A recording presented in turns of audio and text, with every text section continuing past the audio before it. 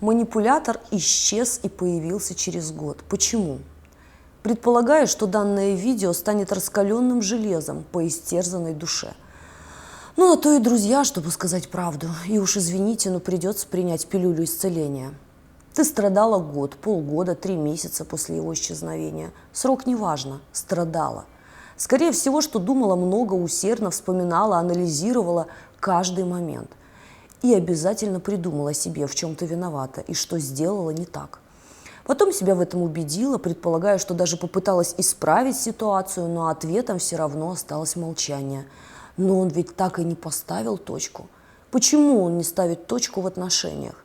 Самый частый вопрос, звучащий из уст жертв. Ответ. Ему это выгодно и удобно. Точка – это определение, многоточие – неопределенность, а значит надежда. По крайней мере, в глазах жертвы.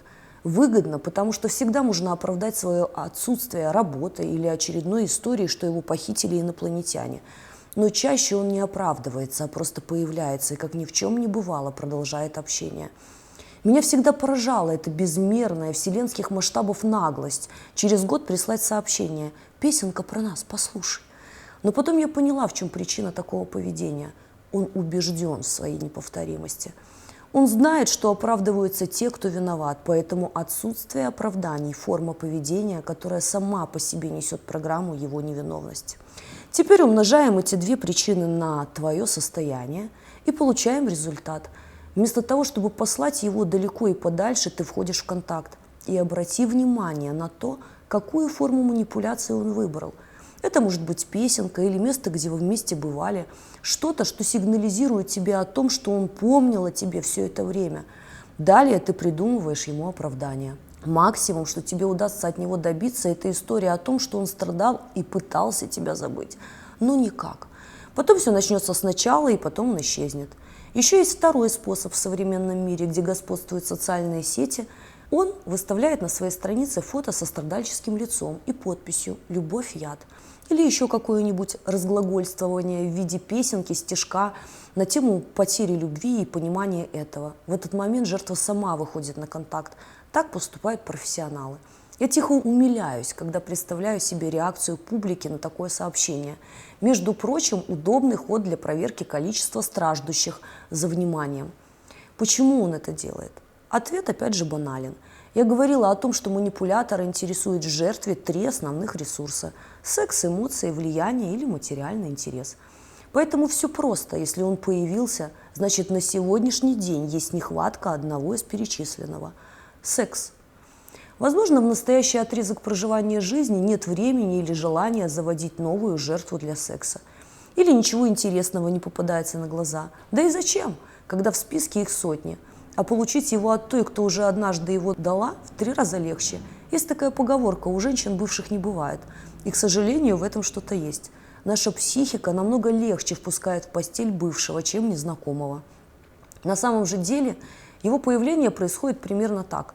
Сидит себе манипулятор дома, пришла мысль, нужен секс, выставил пост о страдании или полистал список контактов. О, а это ничего было. А в это время ты думаешь: у него есть чувство ко мне, он обо мне помнит. Эмоции. Это на самом деле один из самых сложных пунктов этого видео. Извини за честность. Правда заключается в том, что, как правило, у кукловода есть 3 жертвы.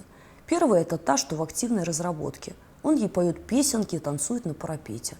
Вторая, которой он активно пользуется, в зависимости от того, в чем он нуждается в настоящий момент.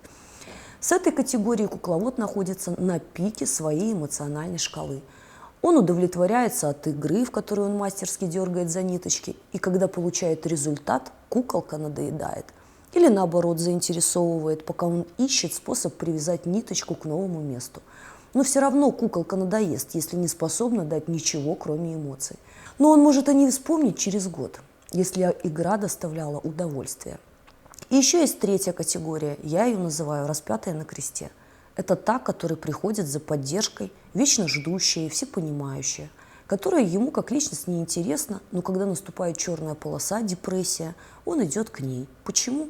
Потому что она от него ничего не требует и всегда приголубит и поймет, расскажет, какой он хороший и как она его любит. Каждый раз она думает, что он наконец все понял, а на самом деле он приходит удовлетворить свое больное эго и поднять свою самооценку. Мол, Машка такая крутая, все меня ждет. А распятая ждет его годами, потому что убедила себя в том, что он любовь всей ее жизни. Вот такая боль. Поддержка. Эта категория женщин чаще всего встречается среди тех, кто проживает радостное событие. Он позвонит через год. Это влиятельная, успешная, которым он активно пользовался и исчез, когда ресурс перестал быть нужным. Он может использовать любое из перечисленных пунктов, а возможно и все одновременно. Интеллект, влияние, знания, контакты, связи, опыт, публичность, а иногда деньги. Поэтому, если ты такая, и он появился, значит, что-то нужно. И как только он получит это, он опять исчезнет. В завершении скажу, что профессионала совершенно не интересует, что происходит в твоей личной жизни в настоящем периоде. Он уверен, что сможет разорвать любые отношения. Потому что профессиональный способ нажатия на кнопки всегда сильнее. Если твоим ответом на его СМС станет «я вышла замуж», наоборот, игра может стать для него еще интереснее. Поэтому иногда они появляются, потому что им на глаза попалось фото в социальной сети, на котором ты слишком счастлива. Поэтому ему непременно нужно это исправить, чтобы удовлетворить свою шизу. Далее он предстанет перед тобой в измененном образе. Следующим шагом станет разговор о твоем безмерном счастье с другим, чтобы понять, насколько тебя удовлетворяют новые отношения. История о том, какие же у вас были чувственные вечера. Далее он скажет «жаль, что еще не придумали машину времени» и посмотрит тебе в глаза взглядом полным боли и страдания. Потом припомнит несколько интимных деталей, и это убедит тебя в том, что он помнит каждый момент ваших встреч. Дальше ты все сделаешь сама, а он опять исчезнет. Почему ты отвечаешь? Наивность и преступное убеждение, что точка не поставлена. Ответ на этот вопрос. Но мы же расстались без конфликта, почему я не могу ему ответить? Промелькнет мысль. Ты отвечаешь. Более всего, что меня всегда возмущает желание жертвы выйти на контакт, вместо того, чтобы полностью проигнорировать, это отсутствие понимания элементарных вещей, которые идеально сформулированы в простом вопросе. Почему, если он так страдал, он не поздравил с днем рождения или с Новым годом? Не могу понять, как можно не видеть очевидного. Если с тобой не общаются год и даже не поздравили с праздником, то эта точка намного более весомее, чем ссора. Это полное безразличие и отсутствие уважения. Не стоит думать, что что-то изменилось, потому что его действия в виде отсутствия в твоей жизни в течение года намного весомее, чем СМС про песенку. Смотрите более подробное видео на эту тему по ссылке в описании. Ставьте лайки и подписывайтесь на канал. Благодарю за ваше желание понять и защитить себя.